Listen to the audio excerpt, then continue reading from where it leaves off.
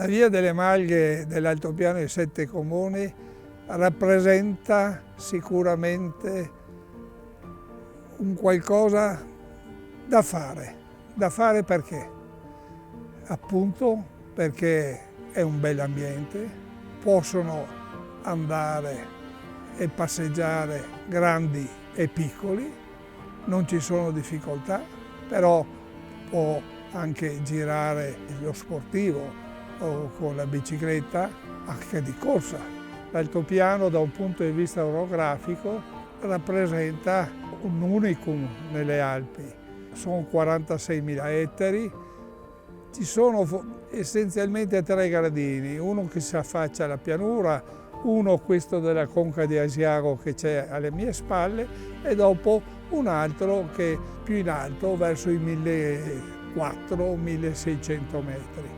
L'orografia è quella tipica delle prealpi venete, non ci sono grandi montagne, però il paesaggio è lo stesso, invitante alle passeggiate e passare magari con le biciclette o a piedi, perché si possono fare grandi giri senza grosse difficoltà e soprattutto senza grossi pericoli. Una cosa di questi ultimi anni, la presenza delle bici elettriche che facilitano raggiungere le nostre malghe. All'inizio del 1900 le malghe erano più delle attuali, superavano i 120-130, erano strutture in legno che però sono state distrutte completamente con la guerra 15-18.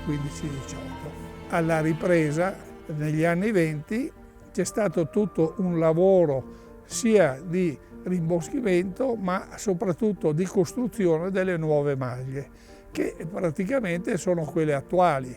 Più di metà trasformano il latte in formaggio, le malghe più difficili, più pendenti, sono caricate a ovini, le malghe più produttive a bovini. Quando persone accedono alle malghe possono accedere alla possibilità di assaggiare dei formaggi unici, che sono prodotti appunto con vacche al pascolo, prodotti essenzialmente dal brucare l'erba di qualità eccelsa.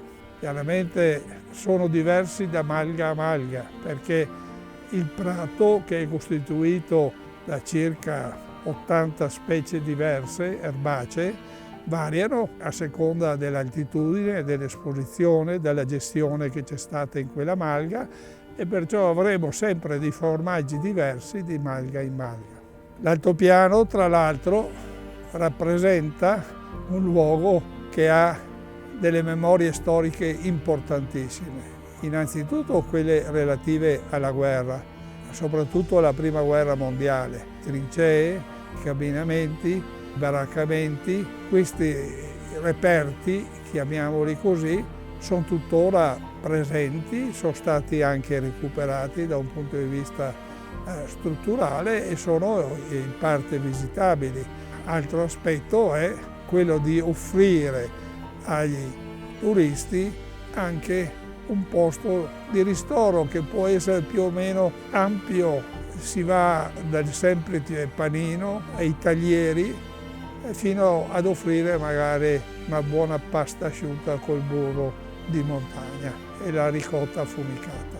Credo che una gita da parte di una famiglia con dei bambini sia una lezione nella natura.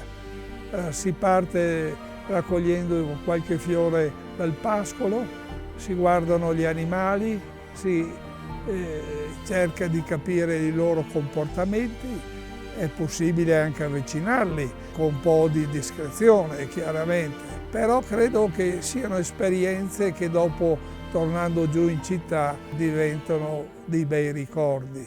Ecco, un ultimo consiglio. Venite a percorrere la via delle Malghe e starete bene, voi e la vostra famiglia.